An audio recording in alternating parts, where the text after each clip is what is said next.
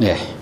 그래서 마르코복음 16장 17절에 믿는 이에게는 이러한 표징이 따를 것이니 너희는 내 이름으로 마귀를 쫓아내고 새로운 언어를 말할 것이며 뱀을 잡고 독을 마셔도 해를 입지 않을 것이고 병자에게 손을 얹으면 병이 나을 것이다. 예수님이 말씀하셨어요. 그러니까 예수님의 이름으로 우리는 마귀를 충분히 쫓아낼 수 있어요. 두려워하지 마시라고. 두려움은 마귀가 주는 거예요. 두려움 생각이 들거든. 아, 내가 지금 마귀한테 지금 사로잡혀 있구나. 마귀한테 내가 지고 있구나. 요한복음 16장 33절에 두려워하지 마라. 너희는 고난을 받을 것이다. 그러나 두려워하지 마라. 내가 세상을 이겼다. 이겼다. 이겨놨다는 거예요. 완료형이에요. 그러니까 우리의 전투 상대는 마귀인데 이미 예수님이 이겨놓으셨어. 그러나 우리에게 고난은 있어요. 십자가에 고난은 있어. 그러나 잘 참고 견디면 예수님의 이름으로 충분히 마귀를 이길 수 있는 거예요. 절대로 두려운 생각 갖지 마시고 용감하게 처이시기를 바랍니다. 자, 이제 아모스서 아까 3장 2절을 하다가 말았는데 3장 2절에 다시 보면 나는 이 땅의 모든 시족 가운데에서 너희만 알았다. 너희만 바라보고 있다. 그러나 그 모든 죄를 지은 너희를 나는 벌하리라. 너희만 내가 사랑하고 너희를 눈동자처럼 지켜주고 있지만 너희가 죄를 지어도 그냥 넘어가는 게 아니다. 죄를 지었으면 채찍을 때려서라도 바른 길로 이끌겠다. 이것이 하느님의 교육 방법인 거예요. 하느님은 사랑의 하느님이지만 정의의 하느님이에요. 하느님의 정의와 사랑은 뗄 수 없는 관계예요. 동전의 양면과 같고 손바닥과 손등과 같아요. 정의 없는 사랑이 있을 수 없고 사랑 없는 정의도 살벌하기만 해요. 하느님의 정의와 사랑은 항상 같이 다니는 거예요. 그러니까 내가 너희만 알고 너희만을 내가 바라볼 만큼 그렇게 너희를 사랑하지만 너희가 잘못할 때는 책벌하겠다 그래요. 그러니까 신학에 있어서 신학 조류에 있어서 어느 때는 하느님의 정의를 강조하고 어느 때는 하느님의 사랑만 또 지나치게 강조하고 그러니까 어떻게 이렇게까지 말할 수 있을까 모르겠어요. 중세기에는 하느님의 정의를 많이 강조했어요. 그래서 무서운 하느님으로 비춰질 수도 있었어요. 그러나 지금은 또 반대로 하느님의 사랑만 또 강조를 하다 보니까 하느님의 정의가 약화돼요. 양쪽이 다 균형을 잃은 겁니다. 하느님의 정의와 사랑은 항상 평행선으로 한쪽이 기울면 안 돼요.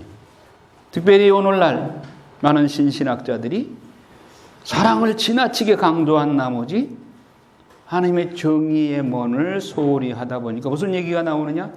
그 지옥 하느님이 그렇게 자비로우신데 지옥에 있는 영혼을 가만히 내버려 두겠느냐? 다 끄집어내서 천국에 다 보낼 거 아니야. 나중에 지옥이 통통 빌 거다. 이런 소리 하는 사람. 그럴까요? 그냥 특별한 메시지를 받는 영혼들의 말에 의하면 지옥이 초만원이래. 메시지 받는 사람 치고 지옥이 통통 빈다는 말을 하는 사람 단 한 사람도 없어. 어느 쪽이 맞을 것 같아요? 여러분 생각하기에? 지옥이 통통 빌 것 같아요? 아니면 초만원일 것 같아요?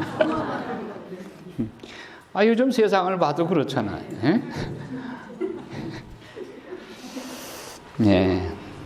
그러니까 그리고 하나님께서 우리에게 내가 거룩하니 너희도 거룩한 자 되라. 권고사항입니까? 그렇게 하면 좋다. 그거 아니에요. 거룩해야만 천국 가는 거요. 지금 이 상태로 나를 만약에 하나님께서 천국 보내주신다면 천국이 난장판이 될 거예요. 그래서 솔직히 가슴에 손을 얹고 한번 생각을 해봐요. 나 정말 천국에 보내준다면 천국이 괜찮을까? 시끄러울 것 같아. 내 이 상태로는. 그만큼 거룩한 사람만 가는 것이 천국이에요. 그러면 나도 다듬어야 할 것이 너무너무 많죠. 근데 그것이 내 힘으로 안 돼. 하나님의 은총으로 돼. 하나님의 은총만 받아가지고 나는 노력 안 해도 되느냐? 노력해야 되는 거예요. 그러니까 수독 생활이 필요하고, 그래서 희생하고 보속하고 고행하고 이러는 거 아니겠어요? 예수님께서 지금 괜히 광야에 나가서 40일 단식하며 마귀와 이렇게 싸우는 훈련하십니까? 우리한테 모범을 보여주기 위해서 단식하며 기도해야 마귀를 쳐 이길 수 있다. 마귀가 우리에게 넣어준 달갑지 않은 선물이 뭐예요? 7가지 죄성이잖아요. 그 죄성 가지고는 결코 천국에 못 들어가. 그럼 이 세상에서 못다 닦으면 어디 가서 닦아야 돼요? 연옥 가서 봐야 돼요. 그럼 여러분 연옥 거쳐갈 거예요? 아니면 바로 직천당하기를 원하셔요? 그러면 여기서 다 닦아야 된단 말이야. 여기서 거룩한 영혼이 돼야 돼. 저절로 시간만 지난다고 그게 돼요? 예? 영세기간 30년, 40년 되면 졸업하면 천국에 그냥 저절로 들어갈 거룩해져가지고 천사처럼 그렇게 거룩해. 천사처럼 거룩해야 들어가는 곳이 천국이요. 노력 안 하고 되겠어요?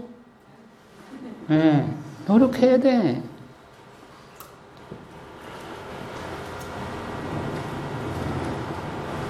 그러니까 뭐 지옥이 텅텅 빈다는 그 아주 전혀 맞지 않는 일.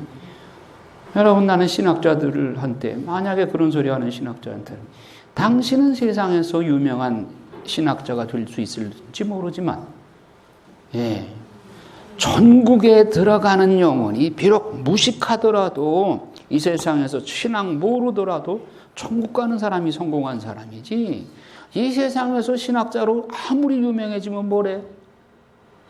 천국 못 들어가고 연옥에서 오랫동안 보속하면 그거 뭐 낭패지 뭐야. 신학자들은 하나님께서 탤런트를 주셨잖아. 머리 똑똑하고, 응? 천국에 대해서 잘 설명을 하고 지식을 줬는데 그걸 악용을 해가지고 오히려 신자들한테 지옥과 연옥에 대해서 흐리멍텅하게 설명해가지고 많은 영혼들을 오류에 빠뜨리면 그 신학자는 하나님 앞에 가서 보속할 거리가 얼마나 많겠어요. 그러니까 또 똑똑한 신학자로서 연옥에 가서 보속 많이 하는 것보다 차라리 무식하더라도 수독생활 열심히 해가지고 천국 들어가는 영혼이 성공한 영혼이 되는 거예요. 그러니까 지식을, 하나님이 주신 탤런트를 잘못 악용해가지고 자기 영혼 구령하는데 장애가 된다면 불행한 거예요. 자, 그래서 하나님은 우리에게 내가 거룩하니 너희도 거룩한 자 되어라. 레위기 19장 2절이 권고사항이 아닙니다. 그래야만 천국 들어갈 수 있다는 얘기예요. 실제전 그대로 가지고는 천국 못 들어가요.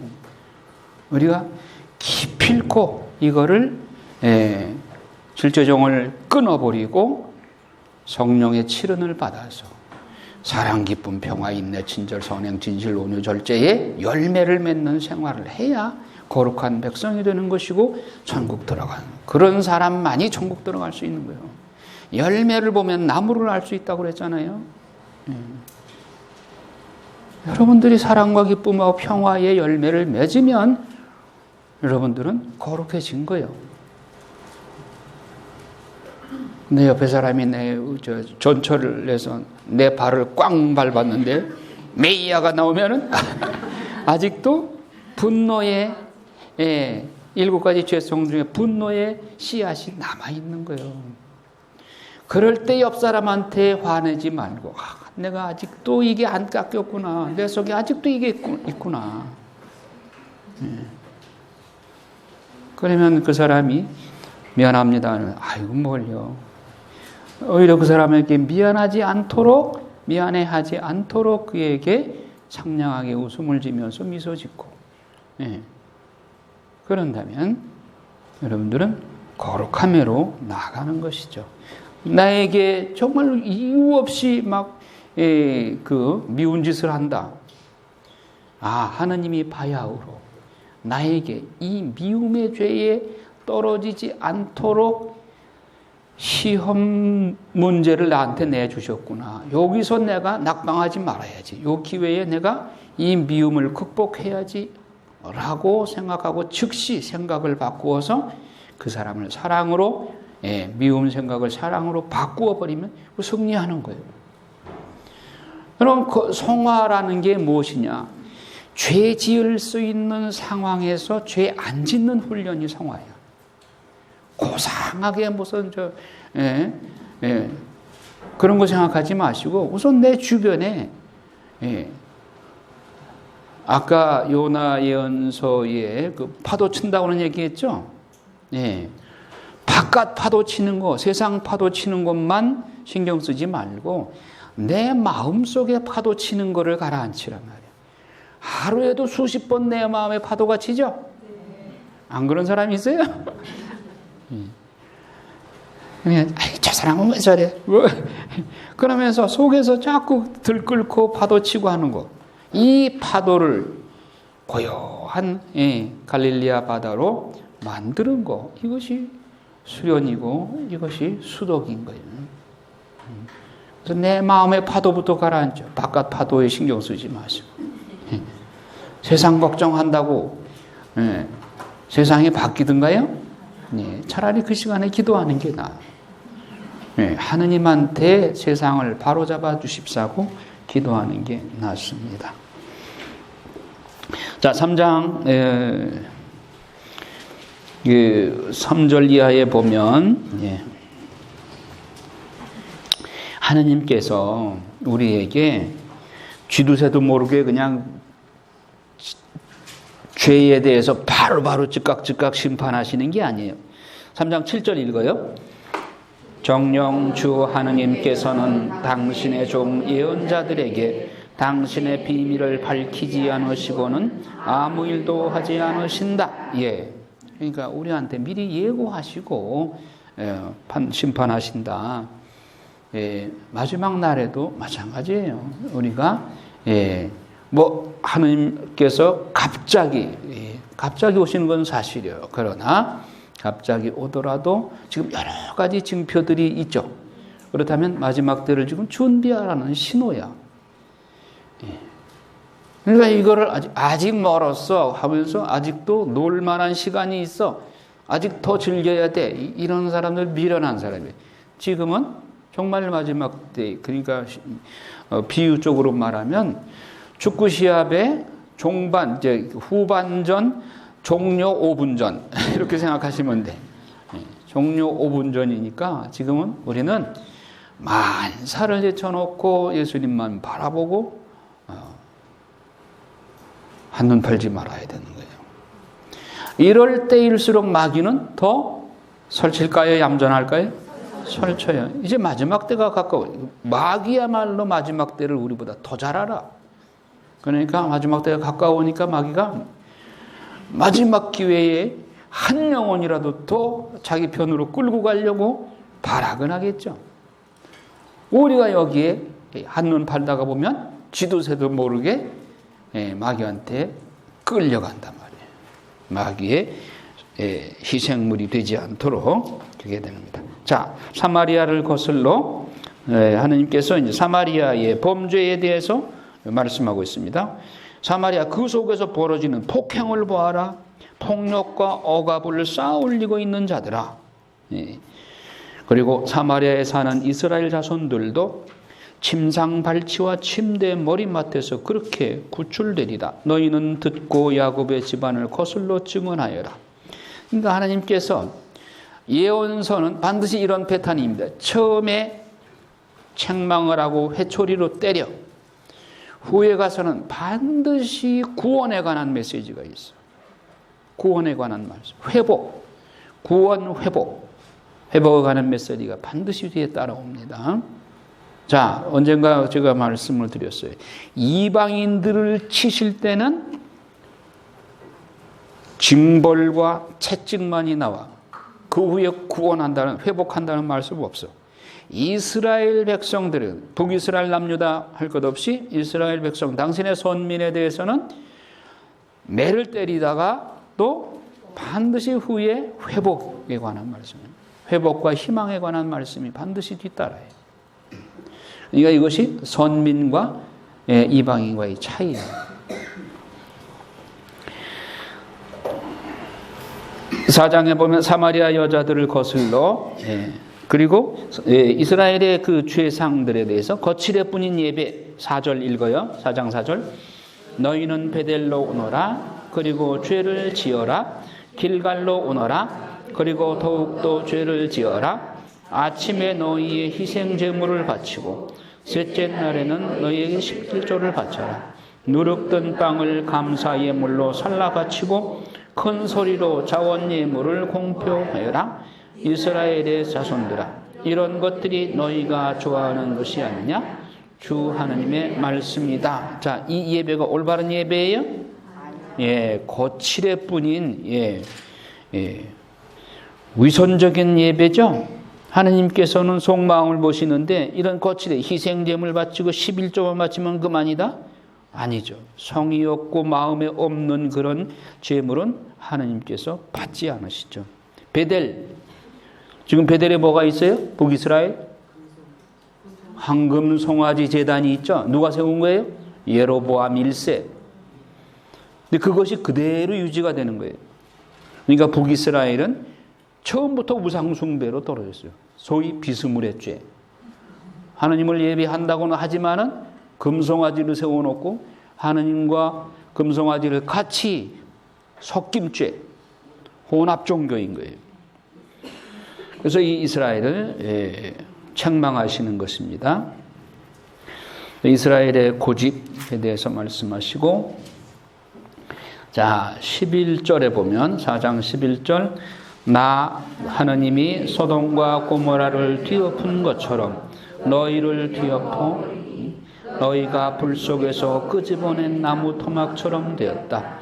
그런데도 너희는 나에게 돌아오지 않았다. 여기 불 속에서 끄집어낸 나무 토막 어디서 많이 봤죠? 어디서 봤을까요?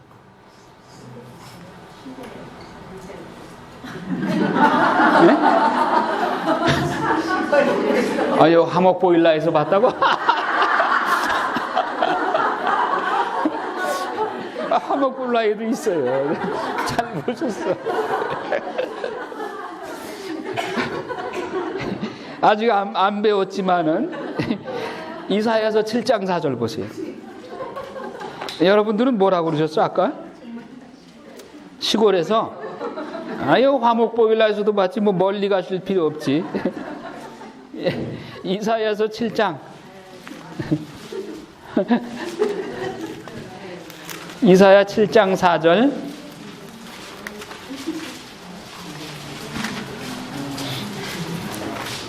자 읽어요. 그에 비해 말하여라 진정하고 안심하여라 두려워하지 마라 르친과 아람 그리고 르말리아의 아들이 격분을 터뜨린다 하여도 이 둘은 타고나마 연기만 남은 장작 끄트머리에 지나지 않으니 내 마음이 약해지는 일이 없도록 하여라. 자, 이 무슨 얘기냐면 이제 이사야서를 공부할 때 이제 배우겠지만은 그 아람 임금 르친 그리고 북이스라엘의 르말리아의 아들 페카 이 페가 망신한 왕 이 아람의 임금 르친과 북이스라엘의 임금 페카가 남유다의 아하주 왕에게 우리 같이 공동으로 아시리아를 공격합시다. 그러니까 아하주가 이거는 우리가 질 것 같아.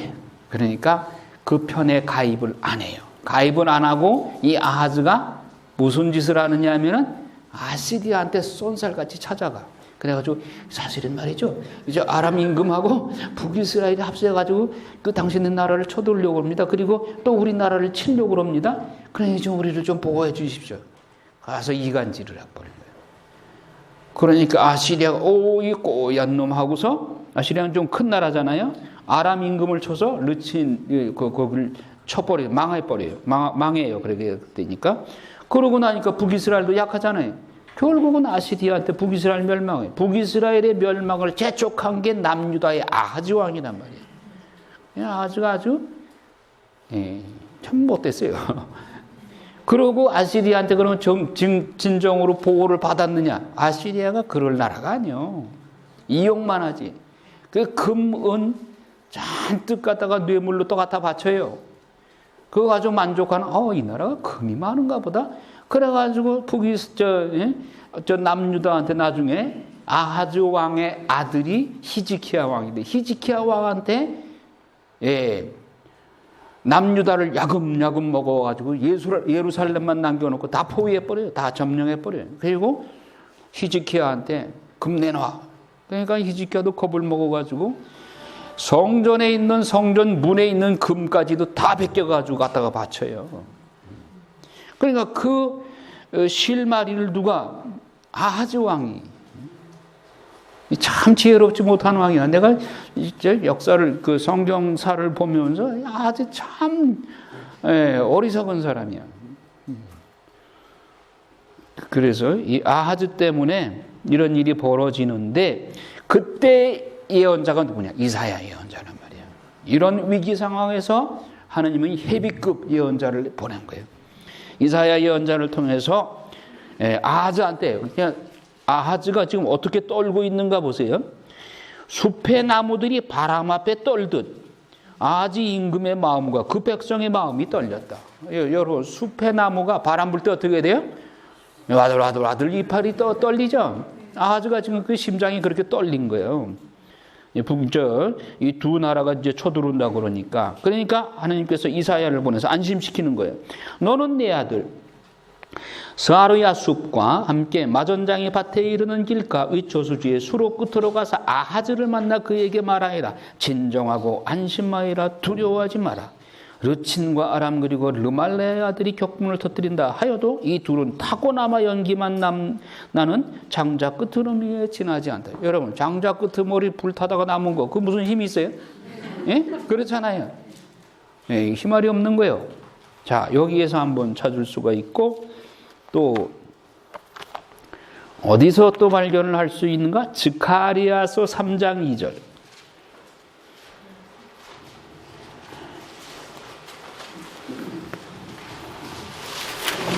여러분, 미개척분하죠? 생소하죠? 스가랴서 3장 2절 찾아보셨어요? 찾으셨어요? 네 번째 환시에 예수와 대사제에 관해서 예언하는 말씀입니다. 예수와 대사제가 스룹바벨과 함께 예루살렘 성전을 재건하러 들어왔는데 사마리아 사람들이 방해를 하니까 들어온 지 18년이 되도록 성전을 재건을 못하고 방해 공작 때문에 그러고 있어요. 그러니까 예수와 대사제가 자기 책임은 있는데 일을 추진할 수가 없어. 그러니까 너무 속상하니까 술 마시고 사고 그렇게 세월을 따분하게 보내는 거야. 그러니까 주님의 천사가 사탄에게 말하였다. 사탄이 이 예수와 사제를 고발하는 거야. 하나님 앞에. 예수와 사제 성전 짓는다고 들어와서 저렇게 맨날 술이나 마시고 저러고 있지 않습니까? 고발을 하니까 천사가 사탄에게 말합니다. 뭐라고 그래요? 사탄아, 주님께서 너를 꾸짖으신다. 예루살렘을 선택하신 주님께서 너를 꾸짖으신다. 이 사람은 불 속에서 꺼낸 나무 토막이 아니냐? 불 속에서 꺼낸 나무 토막. 힘을 써요, 못 써요? 그러니까 예수와 사제 지금 입장이 이렇게 난처하다. 하고 싶어도 일을 할 수 없는 처지니까 저렇게 실망해가지고 저러고 있지 않느냐. 천사가 예수와 사제를 변호하는 거예요. 그때 예수와는 더러운 옷을 입고 천사 앞에 서 있었다. 더러운 옷? 그냥 술 마시고 막 이러고 있는 거예요.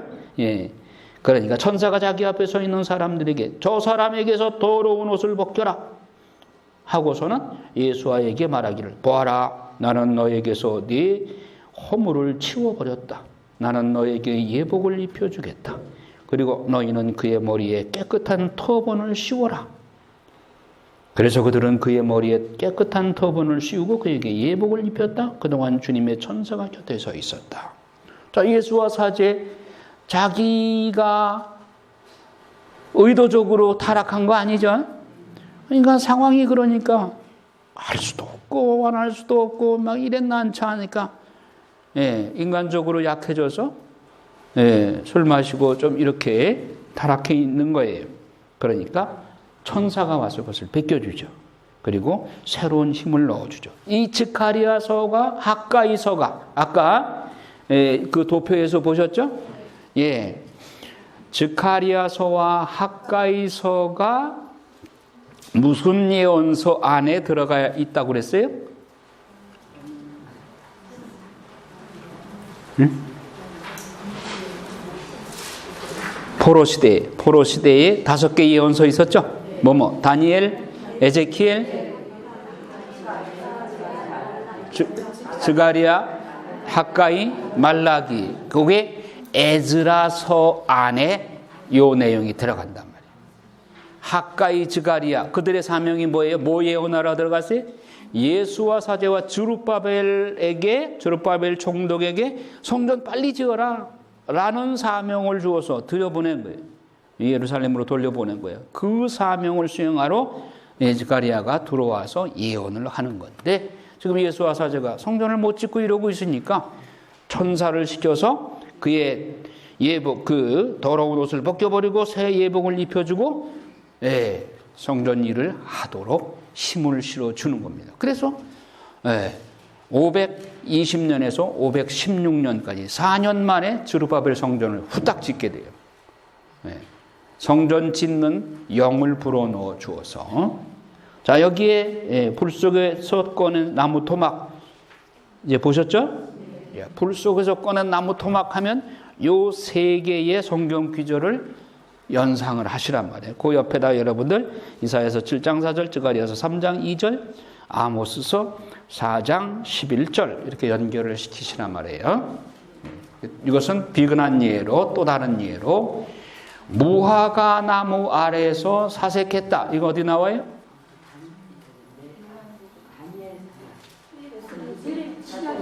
신약 요한복음 옳지. 이런 사람이 나와야 내가 신바람이 나지. 1장 48절 나타나엘이 예수님께 저를 어떻게 하십니까? 하고 물으니 예수님께서 그에게 빌립보가 너를 부르기 전에 네가 무화과 나무 아래에 있는 것을 내가 보았다 하니까 나타나엘이 깜짝 놀라서 예수님께 스승님은 하나님의 아드님이십니다. 이스라엘의 임금님이십니다. 라고 신앙 고백하죠. 이게 무슨 소린가? 아니 네가 무화과 나무 아래에 있는 것을 내가 보았다고 해가지고 이렇게 신앙 고백을 해? 이게 구약시대에 무화과 나무 아래에서 사색을 한다? 이게 무슨 의미라고 그랬어요? 태평성대 메시아의 도래. 어디에 나오느냐? 열왕기 상권 5장 5절, 미카서 4장 4절, 즈카리아서 3장 10절, 마카베오 상권 14장 4절에서 15절. 못다 적었지. 그때 배울 때 또 얘기하면 돼. 놓쳤으면 너무 아쉬워하지 마시고. 자, 이렇게 무화과 나무 아래서 사색한다? 이게 구약 시대에는 메시아에 대한 묵상인 거예요. 그러니까 나타나엘한테 예수님께서 네가 무화과 나무 아래에 있는 것을 내가 보았다. 이 말이 무슨 뜻이냐? 내가 아무도 모르게 친구한테도 알리지 않고 나 혼자서 과연 메시아는 언제 오실까? 저분이 지금 혜성같이 나타나서 하는 많은 기적을 일으키고 말씀을 주시는 예수님, 그분이 메시아가 아닐까?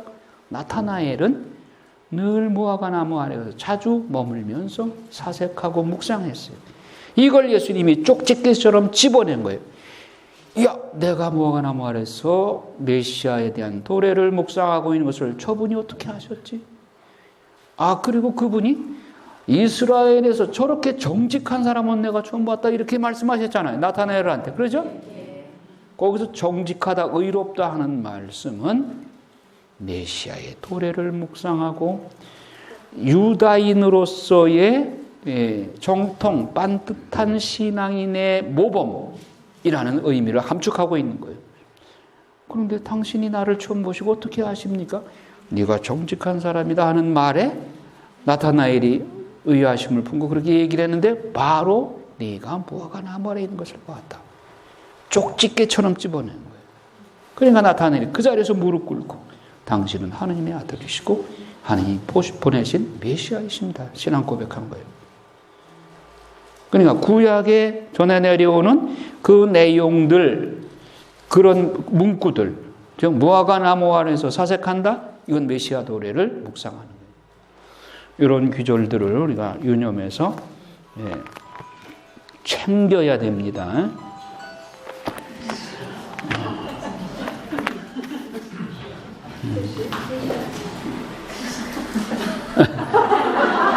그만하라고요? 그만하라는 베일이야? 자비신기도. 네, 그리고 이제 미사전에 기도하고. 자,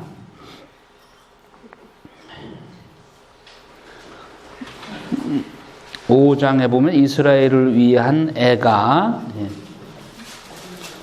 살림이냐 죽음이냐 또 영광송 또 경고의 메시지 12절에 보면 정녕 나는 너희의 죄가 얼마나 많고 너희의 죄악이 얼마나 큰지 알고 있다. 너희는 의인을 괴롭히고 뇌물을 받으며 빈곤한 이들을 성문에서 밀쳐내었다. 그러므로 신중한 이는 이러한 때에 입을 다문다. 때가 악하기 때문이다. 지금도 침묵 지켜야 될 때예요. 서로가 좌니우니하면서 서로 비난하고 비판하는 것은 하느님의 이게 위로가 되지 않아. 그럼 우리는 어떻게 해야 되느냐? 침묵하고 기도해야 돼. 기도보다 더 큰 위력이 없어요. 너희는 악이 아니라 선을 찾아라. 그래야만 살리라. 너희는 악을 미워하고 선을 사랑하며 성문에서 공정을 세워라. 어쩌면 주 만군의 하느님이 요셉의 남은 자들에게 자비를 베풀지도 모른다. 자, 재난이 오면 어떤 일이 벌어지냐? 16절 광장마다 곡소리가 터져나오고 거리마다 아이고 아이고 하리라.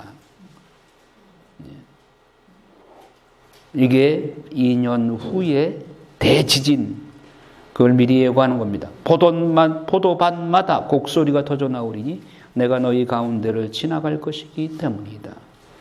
자, 주님의 날 18절 읽어요. 불행하여라 주님의 날을 갈망하는 자. 주님의 날이 너희에게 무슨 득이 되느냐? 그날은 어둠일 뿐 결코 빛이 아니다.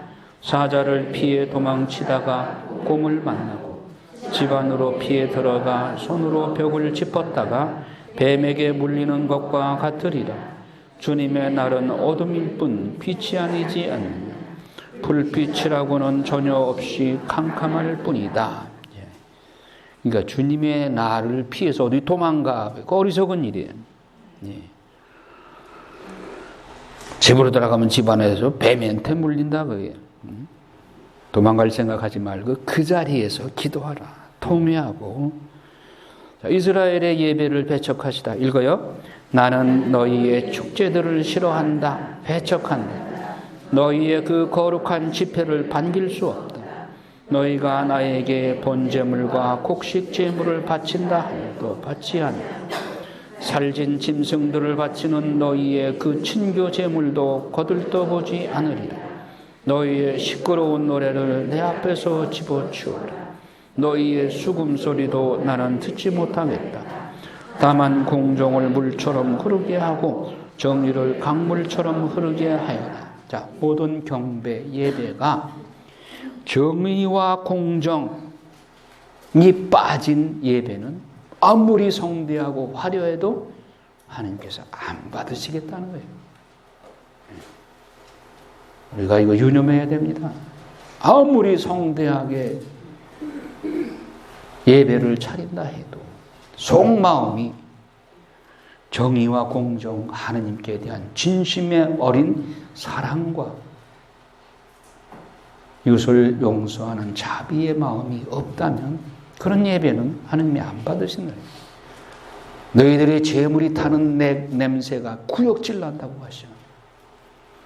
지금 아모스 예언자의 이 예언의 말씀은 그 당시 사회, 정치 상황 이런 것을 그대로 반영하는 거예요.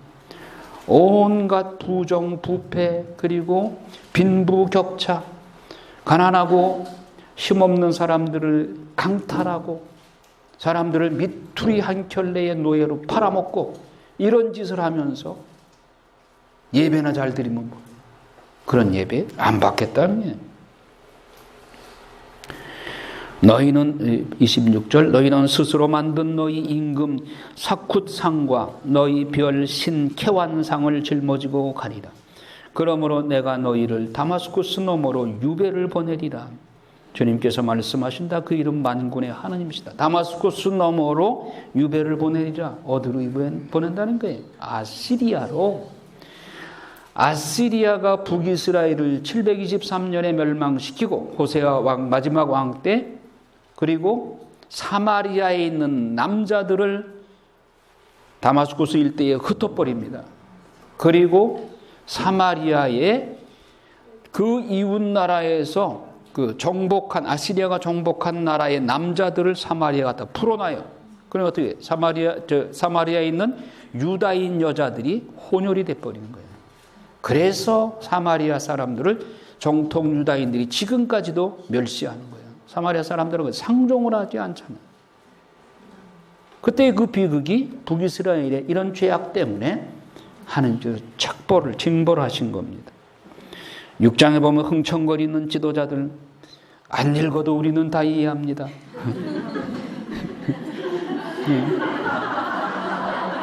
무서운 징벌. 주 하나님께서 당신 자신을 걸고 맹세하셨다. 주 만군의 하나님의 말씀이다.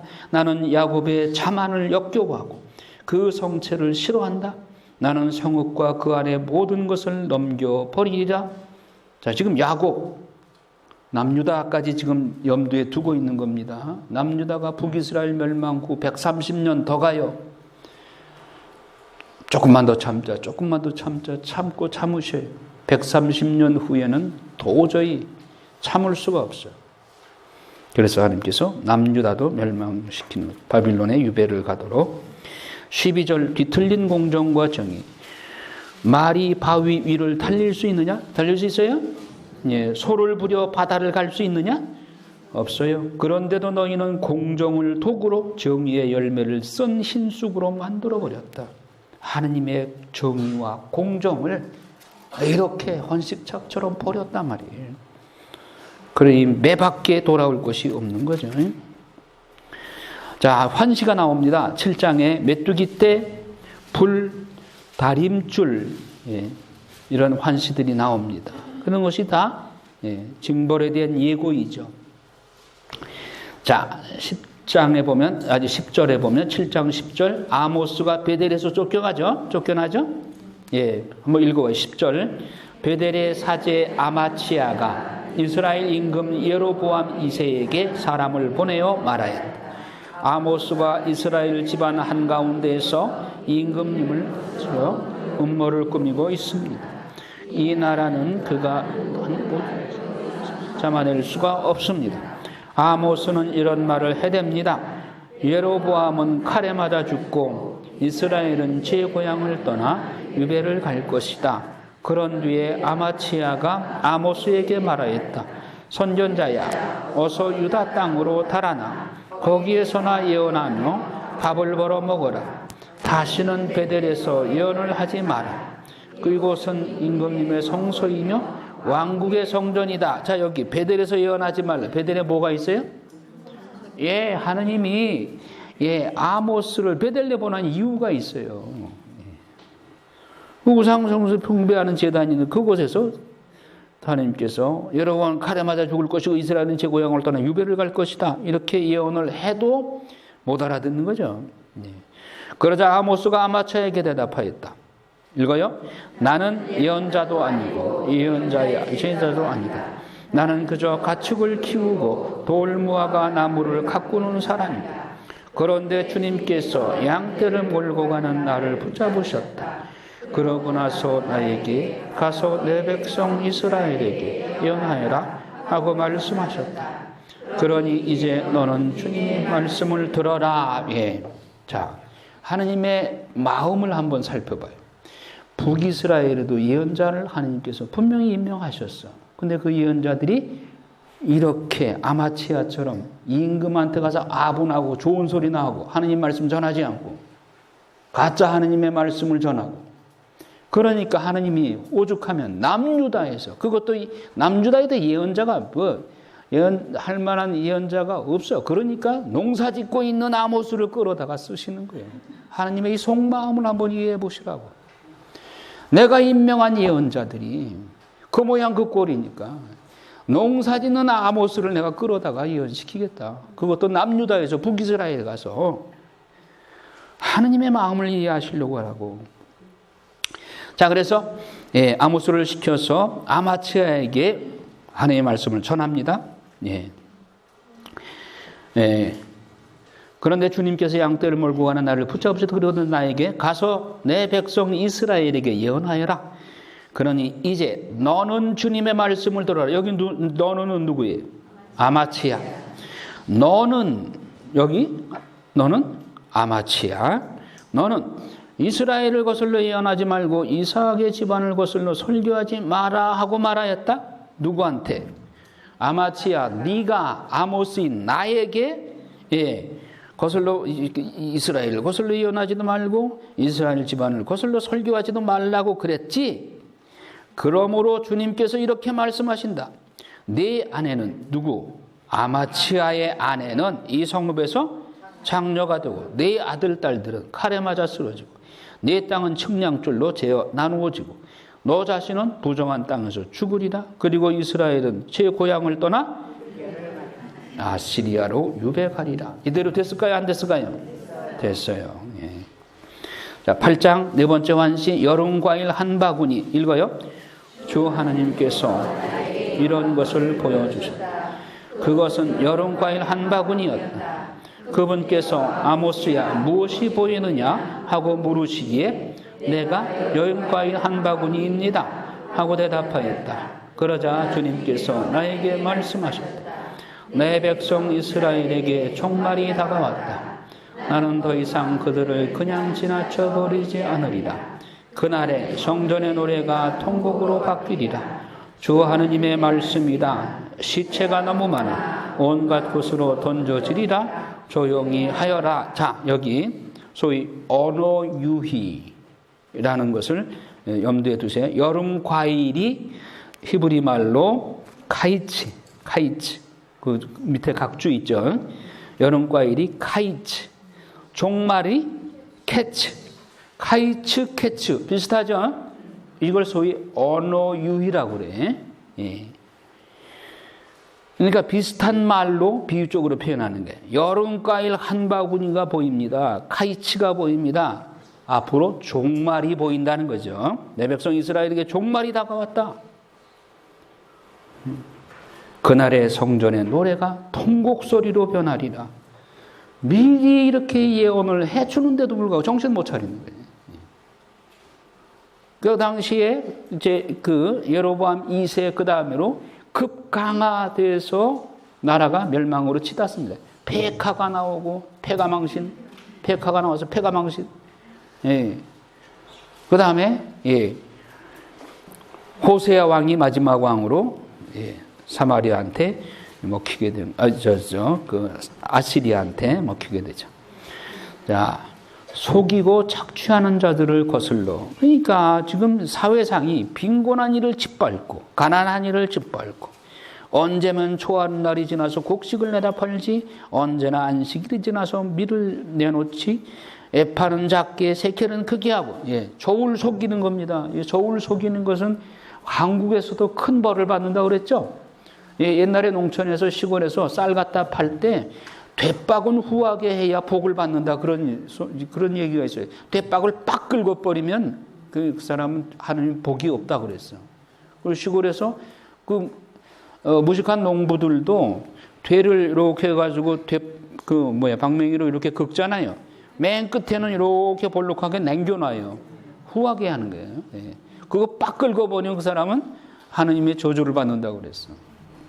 그렇거늘 여기도 보세요. 저울을 속이자고 그러잖아요. 힘없는 자를 돈으로 사들이고 빈곤한 자를 신 한 켤레 값으로 사들이자. 미투리 한 켤레의 사람을 빈곤한 사람을 팔아버려요. 치스러기 밀도 내다 팔자.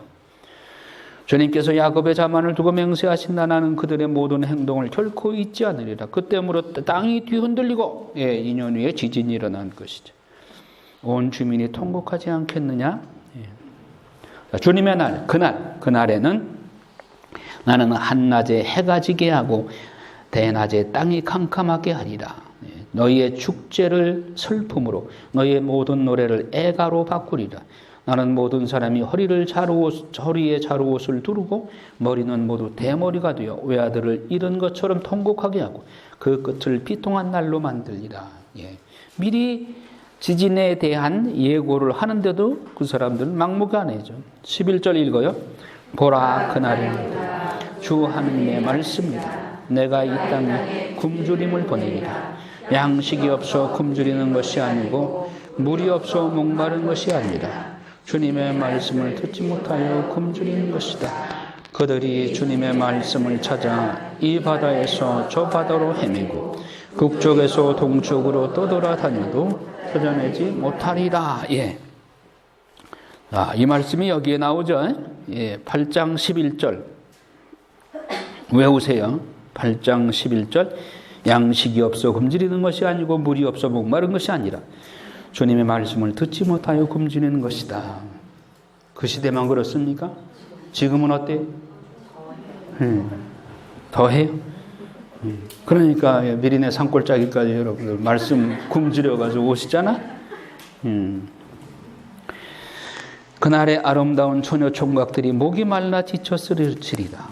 사마리아의 죄악을 두고 맹세하는 자들 다 하나 살아계신 너희 신을 두고 맹세한다. 브엘세바 단과 베델에 뭐가 있다고요? 금송아지. 브엘세바로 가는 길을 두고 맹세한다 하는 자들은 쓰러져 다시는 일어나지 못하리라. 우상에게 절하러 가겠다고 하는 사람들 다시는 일어나지 못하리라. 다섯 번째 환시 성전의 진동. 성전이 어떻게 될 것인가? 9장 1절 읽어요. 나는 주님께서 제단 옆에 서 계신 것을 보았다. 그분께서 말씀하셨다. 기둥머리를 쳐서 문지방들이 흔들리게 하고 기둥들이 모든 사람의 머리 위에 떨어지게 하며 그들 가운데 살아남은 자들은 내가 칼로 죽이리라. 아무도 도망치지 못하고 아무도 피신하지 못하리라. 그들이 저승으로 파고들더라도 내 손이 거기에서 잡아 끌어올리고 그들이 하늘로 올라가더라도 내가 거기에서 끌어내리라. 재난이 닥칠 때 피하려고 산으로 도망가고 굴 속에 숨고 그 소용없는 짓이요. 하나님이 징벌하시려고 작정을 하셨는데 어디를 숨든 하나님이 그거 못 돌아가시겠어요? 회개하는 것이 상책인 거죠. 그러니까 재난을 위해서 무슨 비상양식을 준비하고 어디로 숨고 그거 아닌 거예요. 그런데 하나님은 반드시 회복을 가는 말씀. 이렇게 타작기로 타작을 하듯이 해도 마지막에는 반드시 회복의 메시지 희망이 있어요. 11절 9장 11절 읽어요. 그날에 나는 무너진 다윗의 초막을 일으키리라. 벌어진 곳을 메우고 허물어진 곳은 일으켜서 그것을 옛날처럼 다시 세우리라.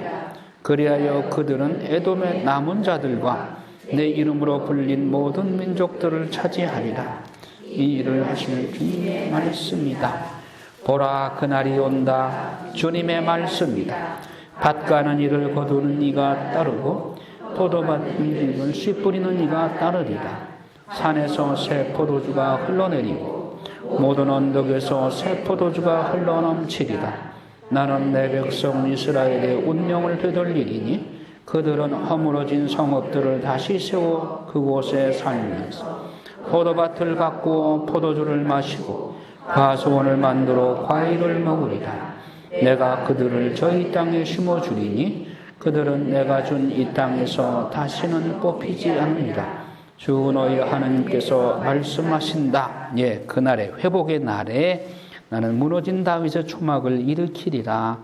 그래서 벌어진 것은 메우고 허물어진 모든 폐허가 된 그런 것을 다시 회복할 수 있도록 하나님께서 섭리하시겠다는 것을 옛날처럼 다시 세우리라. 에돔의 남은 자들과 내 이름으로 불린 모든 민족들을 차지하게 하리라. 그들은 누가? 이스라엘이 에돔은 못된 짓을 했잖아요. 그들의 남은 자들을 결국은 이스라엘의 종속으로 만들겠다. 그러죠. 보라, 그 날이 온다. 회복의 날. 아까는 징벌의 날. 이 회복의 날이 온다. 밭가는 이를 거두는 이가 따르고, 밭을 갈고 심었으니까 뒤에 거두는 이가 따라가야 추수를 할 거 아니에요. 아까는 밭가는 이가 가다가 다 뭐 그냥 징벌을 맞으니까 거둘 수가 없었어. 이제는 회복이 되니까 열매를 거둘 수 있게 되고, 포도 밟는 이를 씨 뿌리는 이가 따르고, 내년을 위해서 씨를 뿌리는 사람이 또 따르게 되고, 산에서 새 포도주가 흘러내리고 언덕에서 새 포도주가 흘러넘치리라. 회복되리라 말이야. 나는 내 백성 이스라엘의 운명을 되돌리니 그들은 허물어진 성읍들을 다시 세워서 그곳에 살면서 포도밭을 갖고 포도주를 마시고, 태평성됩니다.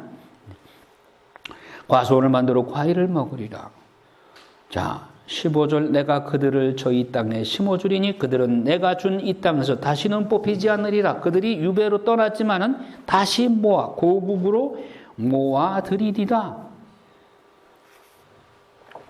자, 교재 133쪽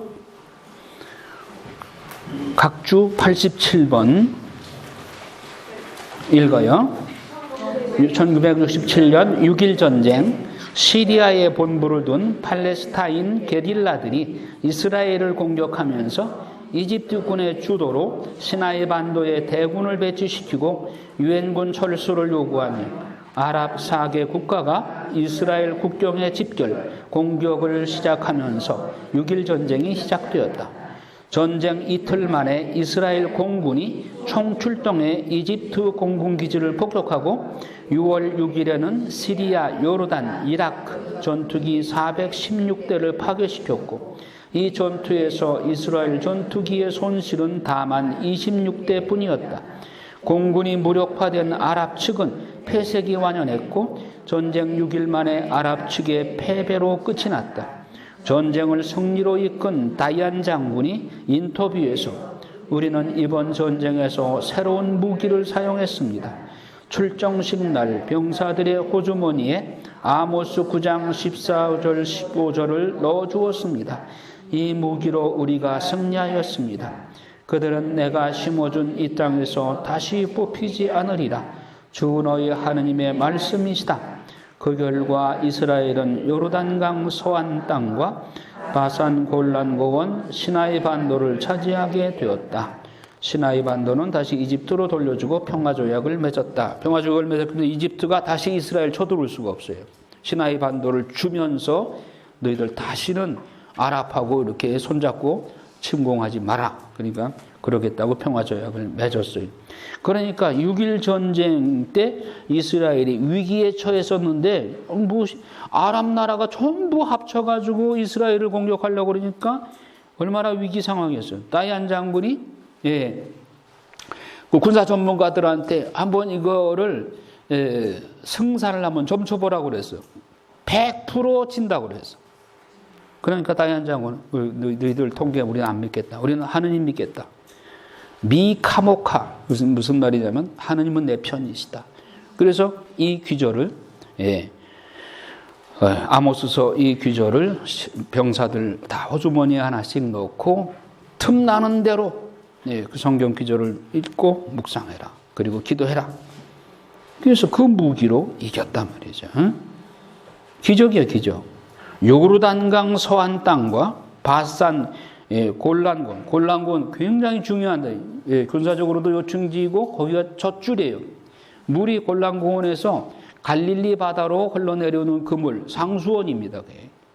그거 차지해야만 이스라엘이, 만약에 그것이 아랍 사람들, 시리아 사람들한테 손아귀에 들어가면 거기다가 독극물을 파거나 아니면 거기 물을 막아버리면 이스라엘 먹을 물이 없어.